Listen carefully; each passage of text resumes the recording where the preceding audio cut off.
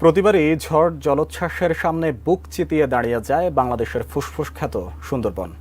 এবারও ঘূর্ণিঝড় রিমালের তাণ্ডবের সামনে ঢাল হয়ে দাঁড়িয়ে উপকূলীয় অঞ্চলসহ গোটা দেশকে বড় রকম ক্ষতির হাত থেকে রক্ষা করেছে সুন্দরবন। বিস্তারিত ইমতিয়াজ আলমের রিপোর্টে।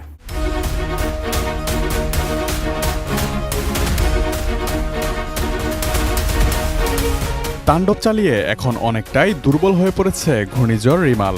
তবে উপকূল পার হওয়ার সময় ১১১ কিলোমিটার বাতাসের গতিবেগ নিয়ে পূর্ণ শক্তিতে আঘাত হানে ঘূর্ণিটি। এই গতিবেগের ঝড়ে যথেষ্টই ক্ষয়ক্ষতির আশঙ্কা ছিল, কিন্তু এবারও রিমালের সামনে সুন্দরবন ঢাল হয়ে দাঁড়ানোয় ক্ষয়ক্ষতি ও প্রাণহানি অনেকাংশেই কম হয়েছে।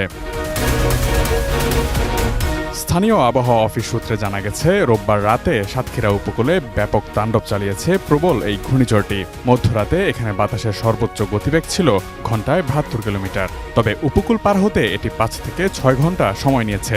এ সময় বাতাসের সর্বোচ্চ গতিবেগ রেকর্ড করা হয় ১১১ কিলোমিটার। মাঝরাতে উপকূল জুড়ে ব্যাপক তাণ্ডব চালিয়েছে ঘূর্ণিঝড় রিমাল। ঝড়ের কবলে অনেক গাছপালা উপড়ে গেছে, জোয়ারে ভেসে গেছে মাছের ঘের। তবে বড় কোনো ক্ষতি থেকে বাঁচিয়ে দিয়েছে সুন্দরবন। বিশেষ করে ঝড়ের সময় বাতাসের গতিবেগ অনেকটাই কমিয়ে এনেছে সুন্দরবন। ২০০৯ সালে ১২০ কিলোমিটার গতির ঘূর্ণিঝড় আইলা ও ২০০৭ সালে ২৬০ কিলোমিটার গতির ভয়াবহ ঘূর্ণিঝড় সিডরের তাণ্ডবেও বুক পেতে দিয়েছিল এই সুন্দরবন। সাতক্ষীরা আবহাওয়া অফিসের ভারপ্রাপ্ত কর্মকর্তা জুলফিকার আলী জানান, ঘূর্ণিঝড়টি এরই মধ্যে সাতক্ষীরা জেলা অতিক্রম করেছে।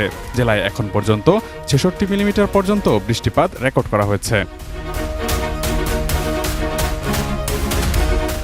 ২৭ মে সোমবার আবহাওয়া অধিদপ্তরের পরিচালক মোহাম্মদ আজিজুর রহমান বলেন, প্রবল ঘূর্ণিঝড় রেমালের ব্যাসার্ধ ২০০ কিলোমিটার, মানে খেপুপাড়ার কাছ দিয়ে রেমাল পার হওয়ার সময় বামে ২০০ কিলোমিটারের মধ্যে সুন্দরবনের বিস্তীর্ণ এলাকা পাচ্ছে, আর ডানে ২০০ কিলোমিটারের মধ্যে পাচ্ছে বরিশাল ও পটুয়াখালী জেলা।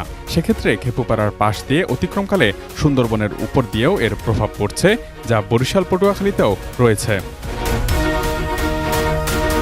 ২০০৯ সালের মে মাসে ঘূর্ণিঝড় আইলা এবং ২০০৭ সালের নভেম্বরে ঘূর্ণিঝড় সিডরও স্থলভাগে উঠে এসেছিল সুন্দরবনের উপকূল দিয়ে। এর মধ্যে আইলায় বাতাসের গতি ছিল ঘন্টায় ১২০ কিলোমিটার, আর সিডরের শক্তি ছিল তার দ্বিগুণেরও বেশি, ঘন্টায় ২৬০ কিলোমিটার।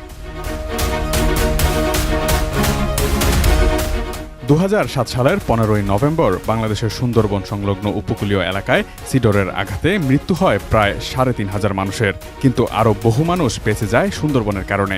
এই ম্যানগ্রোভ বনাঞ্চল ভয়াবহভাবে তখন ক্ষতিগ্রস্ত হয়। সেই ঝড়ে ভেঙে পড়ে বনের হাজার হাজার গাছপালা, প্রাণ যায় অনেক বন্যপ্রাণীরও। প্রতিবার দুর্যোগের সময় যে সুন্দরবন মানুষের ঢাল হয়ে দাঁড়ায়, সেই সুন্দরবন কতটা ভালো আছে বিশেষজ্ঞরা বলছেন, এখানে নাগরিক ও রাষ্ট্রের দায় রয়েছে অনেক।